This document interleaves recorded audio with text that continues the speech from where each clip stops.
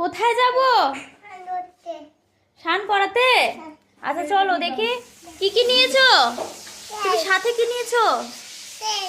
তেল নিয়েছো, আর কি নিয়েছো? গামছা।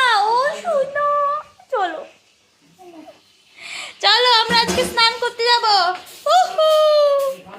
আমরা আজকে স্নান করতে যাব। আমরা স্নান করতে যাব। আমরা স্নান করতে যাব। কি মজা, কি মজা, কি মজা, কি মজা। মামা তাড়াতাড়ি তাড়াতাড়ি দৌড় দাও, দৌড় দাও। বাবা বাবা, ভালো হচ্ছে। ইয়ে, আমরা পৌঁছে গেছি।